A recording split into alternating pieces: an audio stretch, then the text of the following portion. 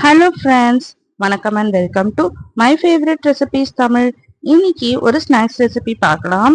நம்ம ஈவினிங் டைம்ல சாப்பிட்றதுக்கு டீ டைம் ஸ்நாக்ஸா தட்டை எப்படி செய்யுதுன்னு பார்க்கலாம். இது செய்யறது ரொம்ப ஈஸி. நம்மகிட்ட பச்சரிசி மாவு இருந்தால் போதும், நம்ம ஈஸியாக இந்த தட்டையை வந்து செஞ்சிடலாம்.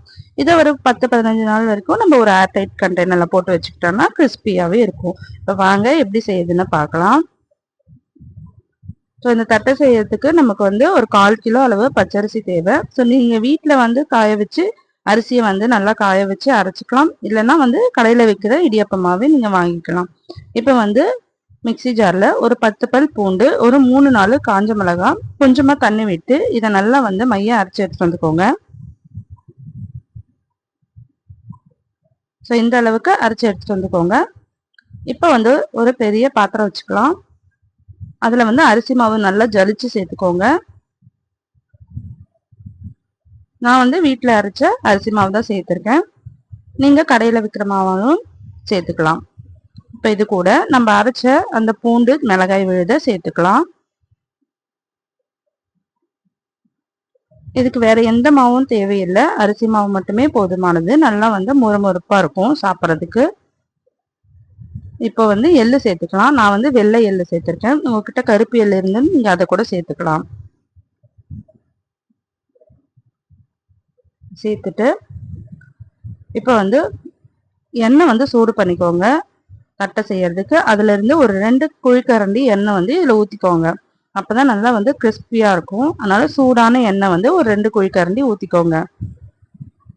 நான் மாவு வந்து 1/4 கிலோ அளவு பச்சரிசி மாவு எடுத்திருக்கேன். அது கப் அளவில் வந்து ஒரு 2 கப்பு வரும்.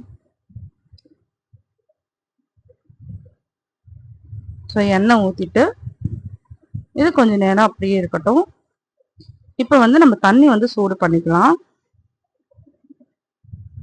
ஒரு பாத்திரத்தில் வந்து 1 கப் வந்து தண்ணி ஊற்றிக்கோங்க.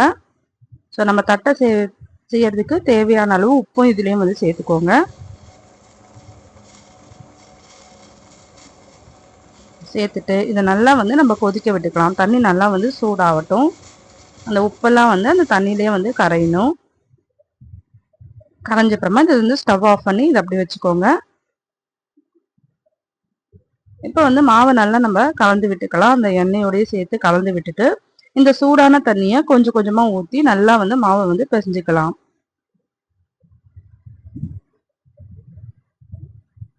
கொஞ்சம் கொஞ்சமாக ஊற்றி நல்லா சப்பாத்தி மாவு பதத்துக்கு நல்லா வந்து பிசைஞ்சுக்கோங்க. ரொம்ப தண்ணியாகிடக்கூடாது.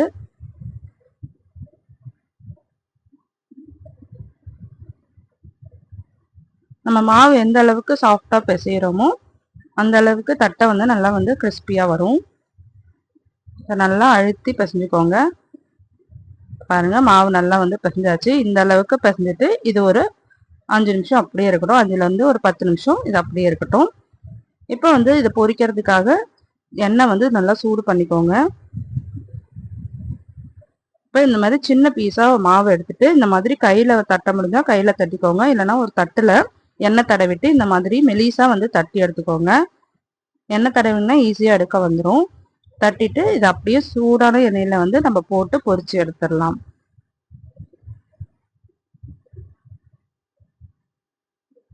பாருங்க நல்லா வந்து கிறிஸ்பியாக வந்து 2 சைடும் திருப்பி போட்டு வேக வச்சோம்னா நல்லா கிறிஸ்பியாக வரும். இது நல்லா வேகணும். நல்லா ஹை ஃப்ளேமில் வச்சு வேக வச்சுக்கோங்க.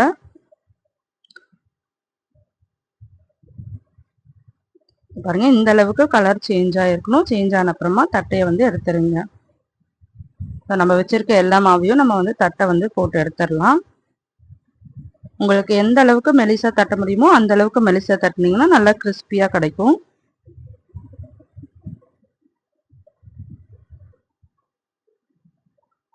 ஸோ அவ்வளோதாங்க, சூப்பரான தட்டை வந்து ரெடி பண்ணிட்டோம். சாப்பிட்றதுக்கே செம்ம டேஸ்ட்டாக இருக்கும். நல்லா கிறிஸ்பியாக இருக்கும்.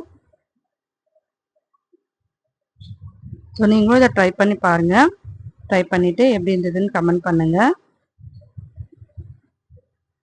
ஸோ இந்த வீடியோ உங்களுக்கு பிடிச்சிருந்துன்னா நம்ம சேனல் மை ஃபேவரட் ரெசிபிஸ் தமிழை சப்ஸ்கிரைப் பண்ணிக்கோங்க. லைக் பண்ணுங்கள், ஷேர் பண்ணுங்கள். தேங்க்யூ ஃபார் வாட்சிங்.